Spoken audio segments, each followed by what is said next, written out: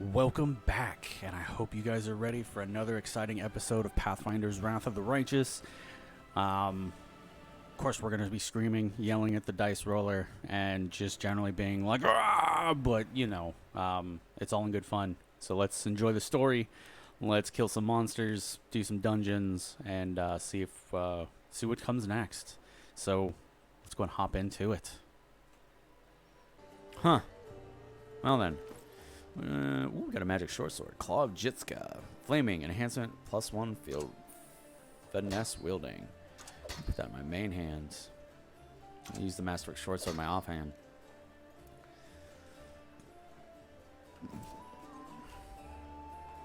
Land. We will save.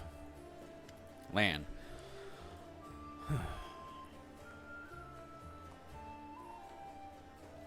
Land greets you with a nod. Here for a chat? I've been waiting for you to come and see what strange beast you've taken into your party. I'd like to know more about you. Let me guess. Your first question is, can you wear a hat with one horn? Am I right? You speak common much better than the rest of your tribe. Funnily enough, common isn't all that common underground, Land says, but your observation is correct. I used to live on the surface with my parents for a while, and had a chance to learn a couple things. The language and the fact that every peasant who sees my scaly mug screams demon and runs away. I don't know if you're interested, but my mom wasn't from an underground tribe. She was a smuggler, the kind that used the dungeons of Canabras to secretly move and store goods. One time, two gangs couldn't agree on how to share a prime cut, got into a fight, and the winners threw the losers down a hole, dead and living alike. My dad went to check if the corpses had anything useful on them, and he found a girl from the surface, barely clinging to life. An incredible feeling sparked between them. Or maybe the girl just liked men with scales and a cat nose. That might be it. One way or another, he got her back on her feet, and he later even left his home caves. She left her smuggling behind, and they began an honest life together. That's the delightful story of how Old Land came into this world. The next chapter, however, my family and I never stayed in one place for long. We lived sometimes on the surface, sometimes underground. We couldn't find a place to call home. Living in the caves was hard on my mom, and my dad's appearance raised too many questions and Mendev. They're at war against demons, after all. In the end, my parents decided to stop making each other miserable and separated. My father and I returned to our tribe. I think the peasant screaming demon had something to do with it, or maybe Dad just couldn't stand life without a rat tail soup. I wouldn't rule that out possibly. Did you come with me so you could see the surface again? No, that wasn't it. I just don't have much patience for certain types of creatures. Demons, I mean. If they want to destroy Canabras, I'll be on the side of the people they're attacking. Lan looks away. Good. Lan, you're my companion, and companions should trust each other. I'm counting on you to give me honest answers, not excuses. Lan looks ashamed. I guess you're right. I shouldn't have been so evasive. It's just that some things are hard to talk about. My family, for example. My birth, hell take me, turned out to be a great misfortune for my parents, all because I'm relatively healthy. I'm the best thing that can come from a marriage between a cave-dwelling mongrel and anyone from the surface, a healthy child with the right number of hands and feet. No apparent defects, no missing organs, or other problems. They saw hope in me, so risked having more children. They thought it would somehow be all right. A growl edges into Land's voice. I could have had 4 brothers. The first was born 2 years after me and died 3 years later. He didn't have a nose, nothing even remotely resembling one. He could only breathe through his mouth. Mom and Dad were afraid to take their eyes off him, for fear he'd choke and suffocate on something. But in the end, it was his weak heart that killed him. Then there was another pregnancy and birth. I pretended I was sleeping, but snuck out of my bedroom and listened under the door. All those hours, it was very strange, but I never heard the newborn screaming. Mom moaned yes, the priest praying. Then I dared open the door a little and looked inside. The priest stood there very pale. One of them was holding something small, a small object that fit in his palm. He asked, "Do you know what this is?" The other said, "It's a head." Oh, God. Land stops. Enough. You don't have to keep going if it hurts you. Hell no. I started to tell you, and I'll make it to the end. You want to know why I followed you to the surface? Well, here's the reason. Land pauses, exhales, and continues in a steadier voice. It turned out that this time, Mom was expecting triplets. The first of the babies was born in pieces, and the 2 others didn't live long enough to draw their first breath. About 3 weeks later, my father took me to the caves. He didn't want to leave. I could see it in his face, but I think my mom and he decided it together. The curse my people have carried since the First Crusade stood between them, not to mention the 4 dead babies. Old age was rapidly taking its toll on my father. After we returned to the cave, he only lived another 4 years. So if you're asking me why I decided to go up with you to the surface and join the Crusaders, well, the answer is I've always wanted to. I was afraid to leave my tribe, but it always haunted me that I'd die in the world where 4 Crusaders could do nothing to stop the beast from the abyss, and the number of victims kept growing. I wanted to change that, or at least try to. And if changing things was too much to ask, then at least a little revenge. The ones who are behind the world wound owe me a great debt. The lives of 4 brothers, all my mother's tears, my father's broken heart. It's a lot. It's so much that killing a couple demons won't do it for me. I want to do something real. I'm ready to pay any price. Call it my personal crusade, if you like. Len gives you a slanted grin. I used to think that things would be better if I never had been born, but now I think I was born for this, to settle the score. I'm very sorry, truly. Lan smiles, this time sadly. Well, then I'm very lucky. I met someone who not only helped me choose the right path, but is happy to listen to my whining. Thanks for sharing, Lan. Thanks for listening. Mongols have short lifespans, but you don't look like you're getting old or dying. How old are you? Lan chuckles. I'm as old as I look. No surprises there. But remember Saul? He's 10 years older than me. I remember him back when he was a fearless warrior. And day by day, I watched him turn into an old man. Him and my father. It happens very quickly. First, you miss a shot because you didn't see the target clearly as you used to. You think it's because your eyes are tired. You tell yourself it'll get better tomorrow. Then you notice you're having trouble breathing. That climbing is harder than before. Lan clenches and unclenches his human fist. Your fingers stop bending. You have to tie your sword to your hand. You can't even put your greaves on without help. When you're washing your face in a stream, sometimes you catch sight of a gray-haired, wrinkled old man you don't recognize. And this goes on until one day you come across a cave beast and you realize you can't outrun it. Lan takes a breath. My dad kept diaries, marking all the signs, and I saw it too. The last year I had to help him get out of bed, help him dress, remind him to eat. Sometimes he forgot my name. I told him that we should have stayed on the surface, and he joked that dodging a goddess was behavior worthy of a crusader. He meant Pharasma. Every morning I'd wake up and check how I feel, but there are no signs yet. Even so, I know I don't have much time. I need to do something useful before I forget why I came here. So, can you wear a hat with your one horn? Sure I can, but certain designs don't suit me too well.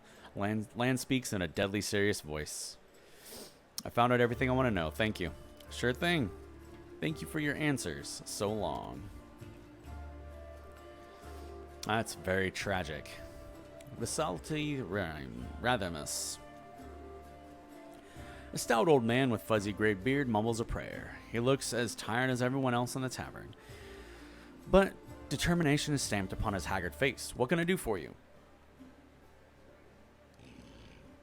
What can I expect from you? First, I sell scrolls. I have a lot of them. Something for every emergency. Second, while I'm here in the tavern, I can read one for you. Guaranteed no surprises, but you'd better not go into the city without a cleric. I won't be going there myself. I'm too old, and my powers are needed here. Who's that boy with you? This one, Kato, the shepherd, my apprentice. He's a smart boy, and his faith is strong. He serves Aristil, though, but there's still something he can learn from an old servant of Abadar. He'll be a great cleric when he gets a little older. And who are you? Vasily Rathamus, rector of the local temple of Abadar. The temple is gone, though, and if we snooze here for much longer, the city will be lost as well. Show me the scrolls you're selling.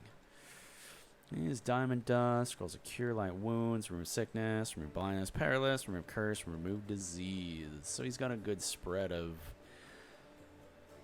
the removal kind.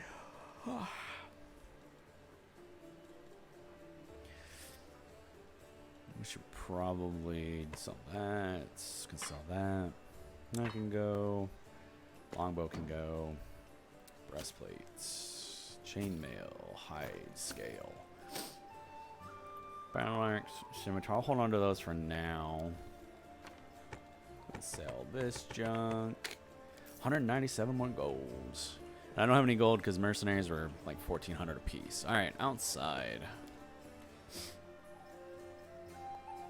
There's a lot of talking to do in the Defender's Heart when you first get there, between companions and NPCs, but should almost be done with the Defender's Heart.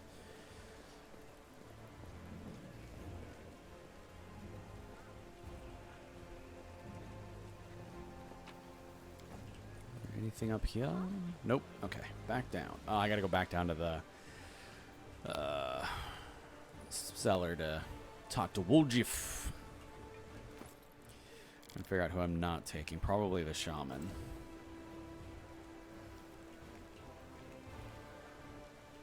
This is my time to shine. What is that? That is like a golem.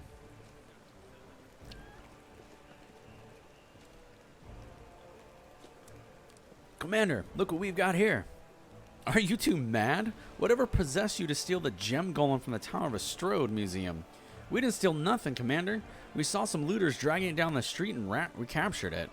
That shiny fella belongs to the treasury. The inlay alone is worth more than something or other. That goes really fast. Joran, see that no one lays so much as a finger on this golem or plucks out a single gem.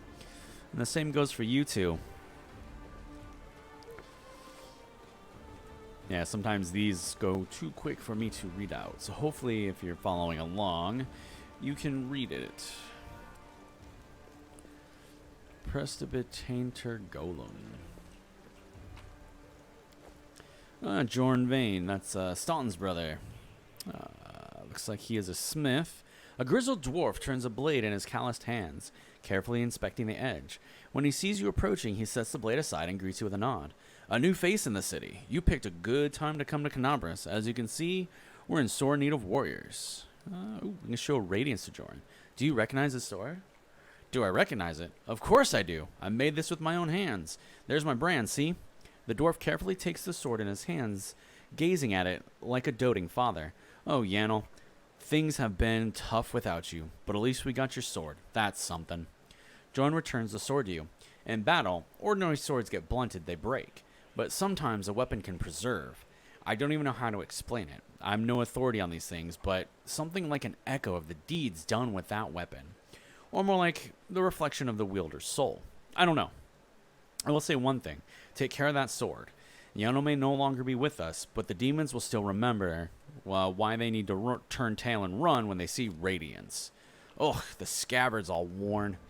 We can't be having a fine sword like this being carried around in this tatty thing. I'll make you a new one if you like.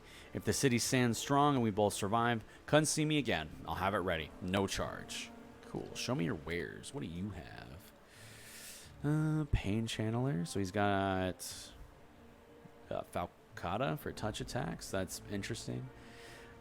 Magical named Dagger. Attrition Dagger. Once a round, this dagger lands a critical hit on an enemy. It deals 1 constitution ability damage. This power can't lower the target's constitution below 5. Smasher, it's an Earthbreaker. Necrotic. Whenever this +2 Necrotic Earthbreaker confirms a critical hit on an enemy, the enemy must pass a Fortitude saving throw, DC 16, or suffer 2 strength damage. Okay, a lot of stat damage, crit weapons. When this +2 heavy crossbow lands a hit on the target, it must pass a Fortitude saving throw or be knocked back 15 feet and become slowed for 1 round. That's pretty cool. +1 Bastard Sword. +1 Great Club that gives an additional +1 to hit on Undead. Roaring Hand Axe. Deals 1 sonic damage. Light Hammer of Righteousness. Deals 1 holy damage. That's some odd weapons. Light Mace that deals an additional D8 damage. D3 Acid on a sickle. Bunch of Masterwork stuff. Let's see. Masterwork Kukri. I wonder if he has a Masterwork Cold Iron Scimitar.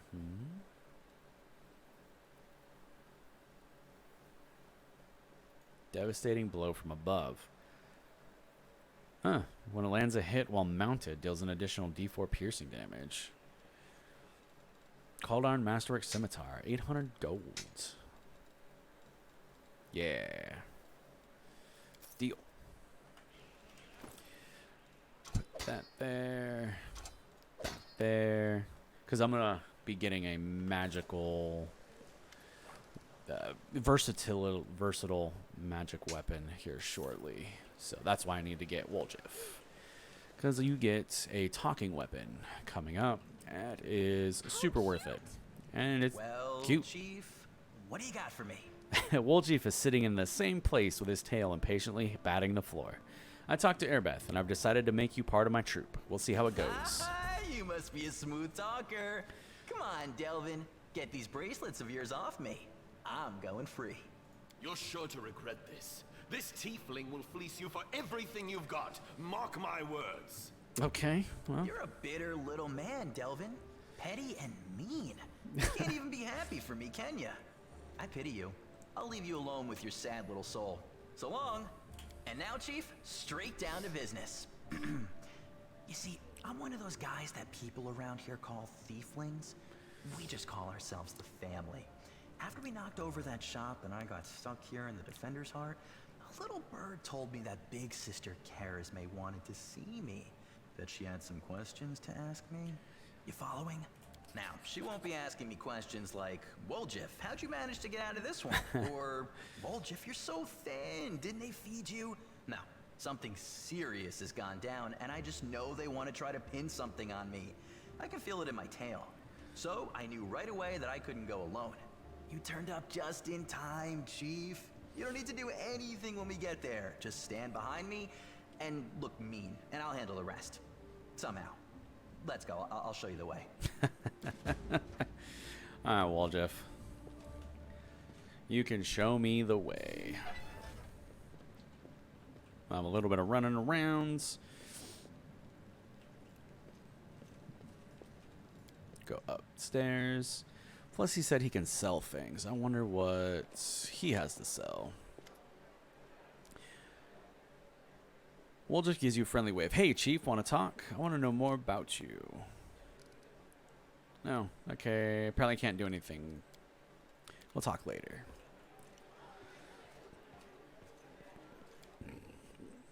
I guess after you finish the quest, you can talk to him and he has, like, items for sale. So. Alright. I guess it is... Out we go. We're going to take my mercenaries. We're going to drop the shaman. And we'll be back for her once we do this run around with Woljif. Because I'm going to want her more than Woljif, to be honest. He's a... what is it? Class. He's a rogue, but he's the Eldritch Scoundrel. So he doesn't have armor proficiency and stuff. And, like, color spray is kind of meh now because of levels, right? Like everything is like 5 hit dice or more. It's pretty crazy. So failed to sneak past the enemies. Random encounters. Experience. My mobile experience platform has arrived. Ooh, it's a shear. Cover me, all right? You've crossed the wrong mongrel. Away, you rascal. Oh, we both missed. It's okay. Oof. Oh, there's another one. Crap. Ow. Get in there. Yeah, I'll get it, doggo. You can't ride your dog yet. That doesn't need to be there. That don't need to be there. You'll never use that. You're not going to fight defensively. I might challenge eventually. That's healing. That's healing. You have a spell. Those are second level. Alright, let's get in there. Into the fray. Stab you or zap you. Why not both? You won't survive me. Your time is over. Ugh. Boom. There we go. That'll do it. I'll take those Masterwork Bardaches. And we need to adjust.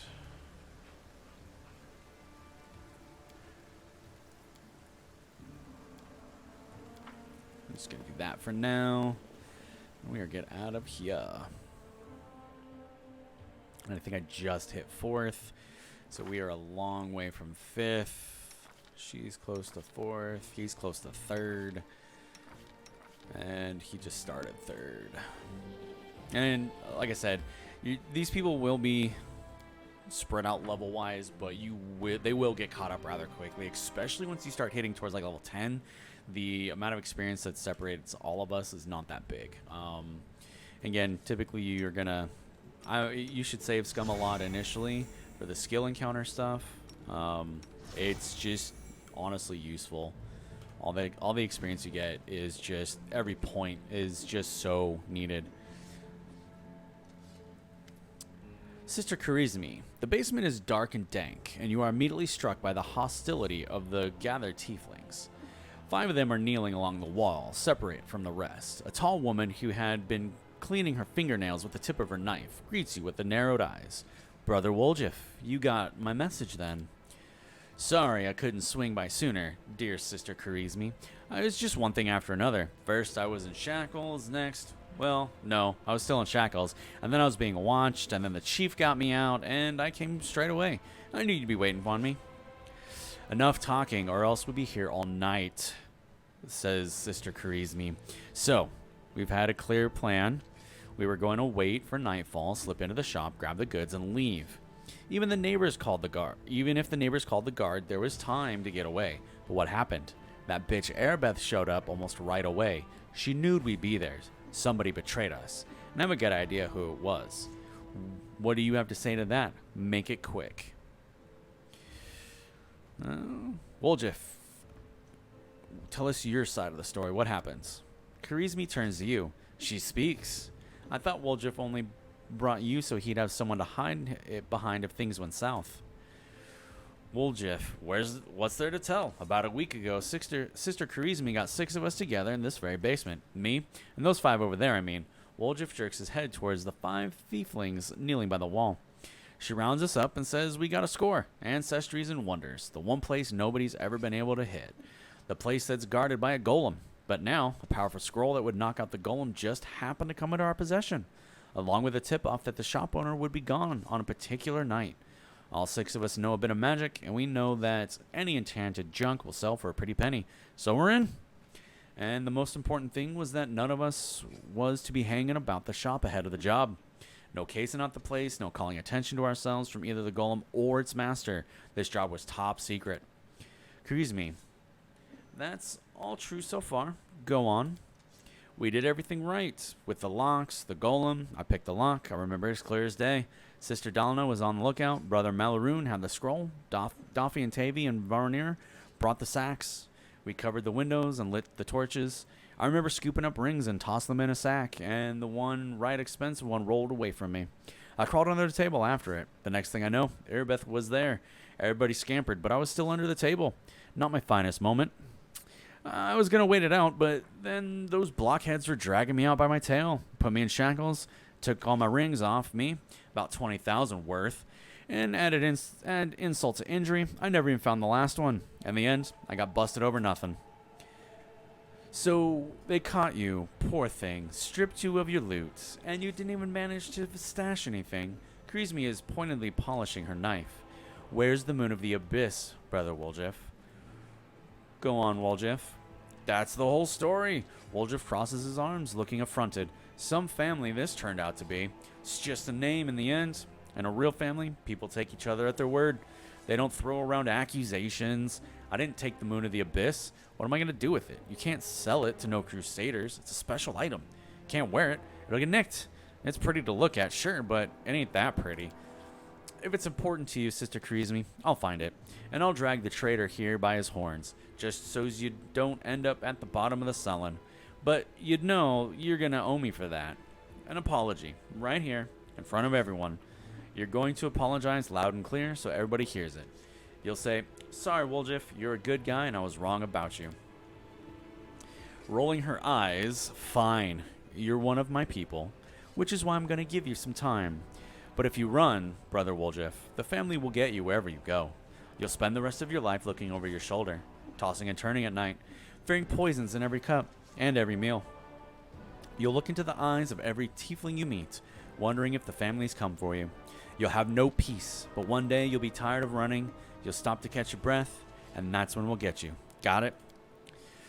You have a way with words, Sister Karissime.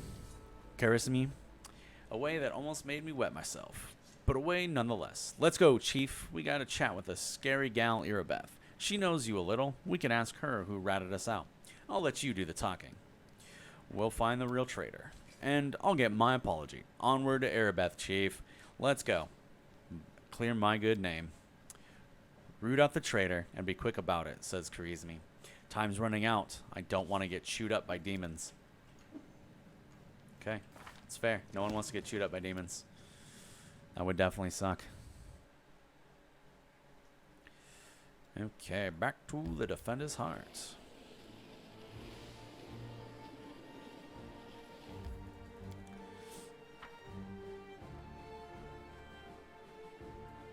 Actually, what is my bonus right now with 2-weapon fighting?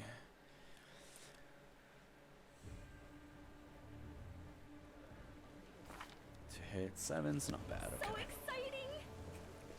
It's not terrible. Not great, but it's not terrible. Okay, Irabeth. Irabeth rubs her red, tired eyes. Any success? How's the city? There's a traitor I'm trying to track down. Who is your informant amongst the thieflings? Irabeth arches her eyebrows in surprise. Canobras is threatened by a demon horde, and you have enough spare time to help out thieves? Irabeth sighs. I don't like this, but I hope you know what you're doing. I'll tell you everything I know. I did not see my informant's face. He slipped out of a dark alley, handed me the note, and disappeared. Irabeth hesitates as she tries to remember. He had a cloak with a hood, masking his face, but the horns, he had long horns, didn't fit under it. There should be a guardian golem at the Ancestries and Wonders, the shop they tried to rob. The owner gave us the construct's code word just in case the golem itself was destroyed, but the head seems to be intact, so you can interrogate the thing and find out what it saw. The code word is Hand of Aurori. The shop's owner must have escaped, but there's a chance you'll get lucky with the golem. Okay, I have to go. Let's head to the shop and talk to the golem.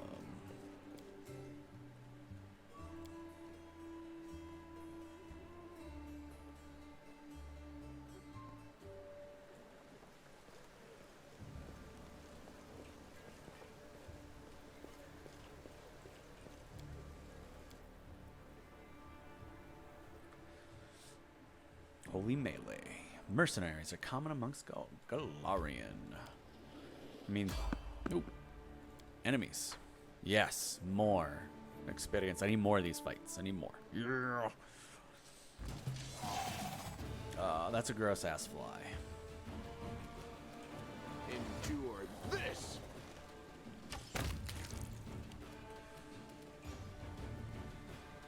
Okay. Oh, we got a big old spider. And it popped into chunky salsa. Green chunky salsa. Salsa verde. Alright, off to the Ancestries and Wonders shop.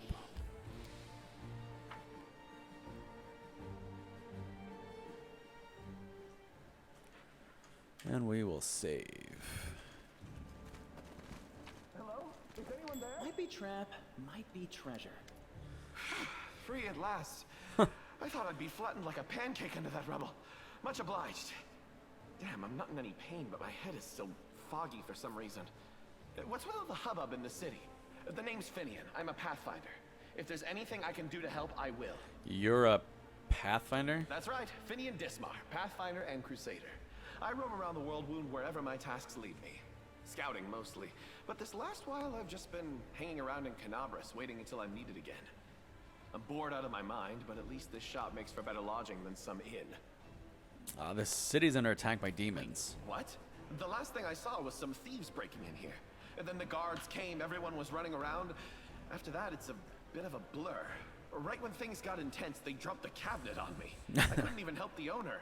I was just lying under the shelves like a dimwit until you came along. If there are demons in Canobras, we must do something about it. I agree. The city needs every blade it can get. Hey, do you mind taking me with you? I don't think I can handle this alone. And besides, the more the merrier. What I meant was, what are you? What's that supposed to mean? I just told you. You want to know where I hail from, is that it? Well, I'm from around here, actually. We Kelots of the Star Eye clan fled when the World Wound troubles began. But I couldn't stand by while the demons wreaked havoc, so I came back. Or did you mean to ask about my weapon of choice? Well, my best weapon is every weapon. I'm a skilled and capable fellow, if I do say so myself. I can swing a sword and poke with a spear, but what I am best at is communing with the spirits. They call folks like me Phantom Blades. A Phantom Blade? What's that? It's like a spiritualist, but with a twist. It means that some spirit took a liking to me at some point, and it can turn into whatever weapon I need. Handy, eh? I don't need any whetstones or enchantments. Doesn't take up space either. Although, to be fair, it's not a barrel of laughs. The spirits that bestow this kind of power don't come from happy places, and they're not exactly bright-eyed and bushy-tailed. They usually appear after great battles that leave few survivors. All right, I'll take you with I me. swear you won't regret it. I can do all sorts of things. Is there anything your party is missing? A sword, a spear, a bow? Just say the word. So yeah, Finnegan is a intelligent weapon that can turn into whatever you need it to be. He starts on, or he is a +1 ghost touch for a really long time. Eventually, he becomes a really powerful weapon. He becomes a brilliant +5 brilliant energy. Sacrificial, and he's still ghost touch, I believe. He's a pretty good sword down the road. So, but yeah, look at that. +8, so 7 to 17, 9 to 14. But that's fire, so the fire might get ignored by some stuff down the road. Demon Heart, okay. Well, that's a slagged golem over there. What is this? Insight to Knowledge Arcana, +2 insight on perception checks.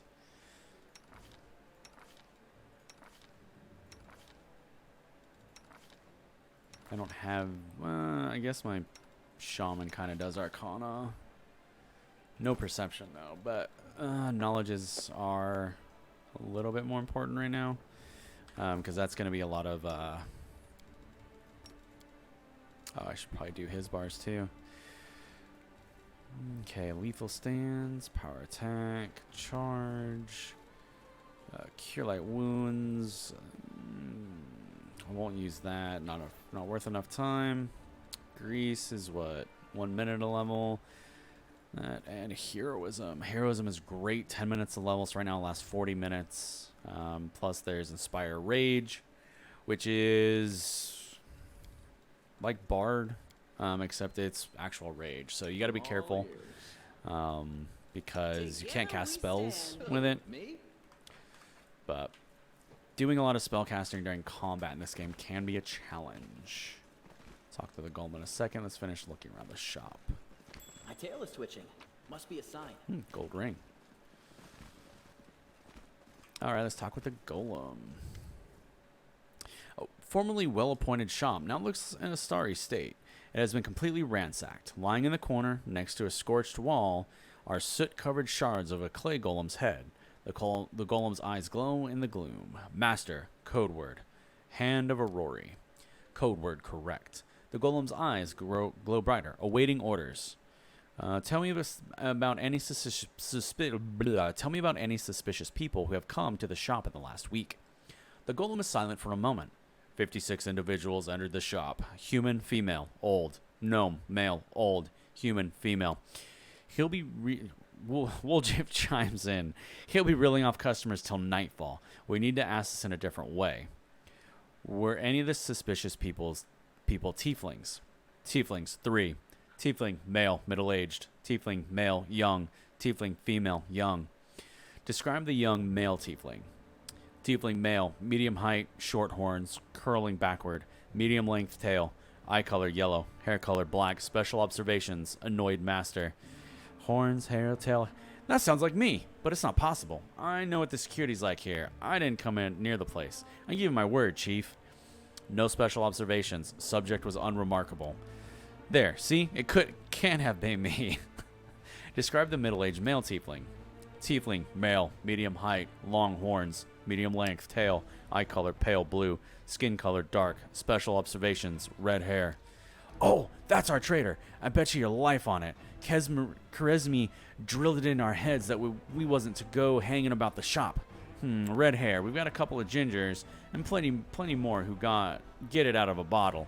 So much for special observation. Golems ain't all they cracked up to be, eh? Maybe its master knows more. Describe the female tiefling. Tiefling, female, above average height, hair, long, pale, tail, not observed, long horns, eye color blue, special observation, scar on nose, baldric with gold stitching. I don't know that one. New arrival, most likely. Gold stitching, wouldn't mind getting to know her a little better. Enough. Where's your master?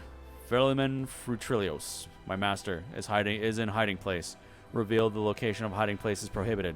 Prohibited. He's likely hold himself in the basement when the commotion started. The entrance should be somewhere around here.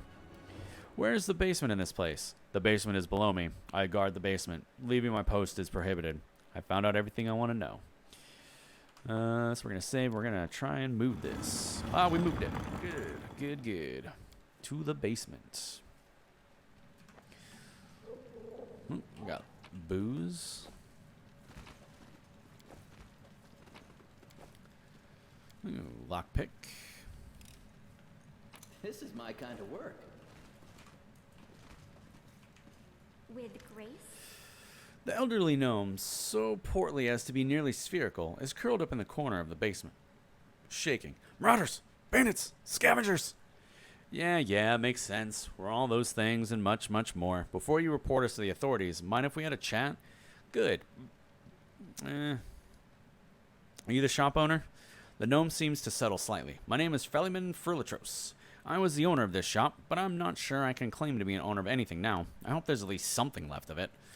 Oh, come off it. Your shop's fine. It's a bit ransacked, maybe, but nothing a bit of spit and polish can't fix.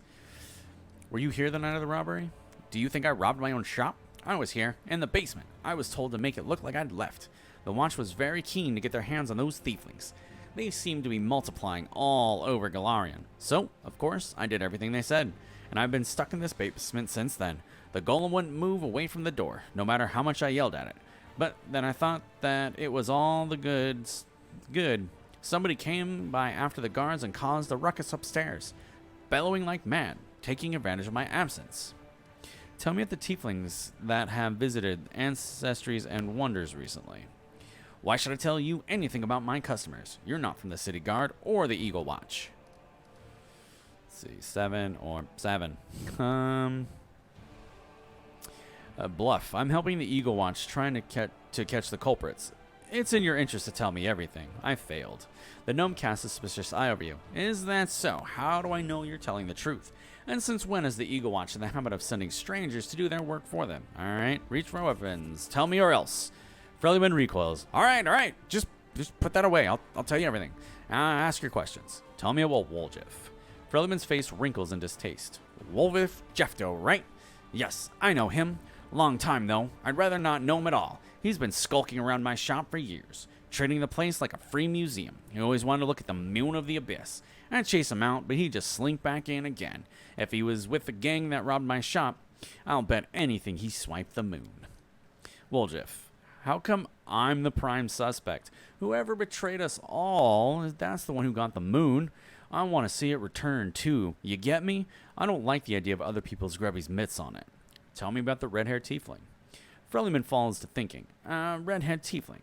I suppose, yes, there was one who came and spent a long time looking around. He was a person of modest means. I could tell by his clothes, but he asked me to show him an Azamar-made chainmail. He certainly couldn't afford it. That's what I suspected. That was something off. I checked everything after he left, but nothing was missing, and that put my mind at ease. I can't remember what he looked like. I didn't get a good look at his face. All I remember is that he was wrapped in a green cloak, like he was freezing, but that's all I have. That's it. With that description, we'll surely sniff him out. Come on, Chief. Back to Sister Charisme.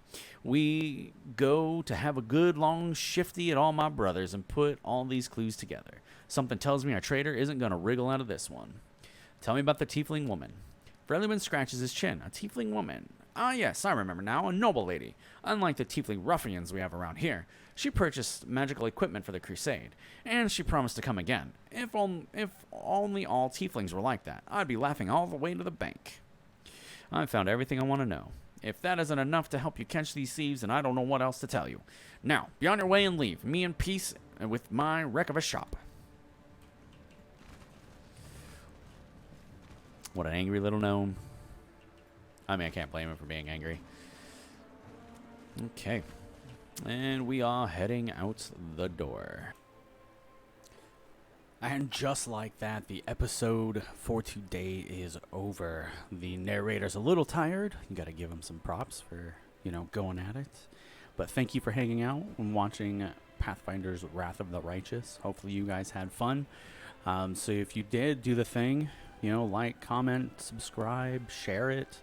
The link for the previous episodes and next episodes should be in the descriptions, unless they are not out yet.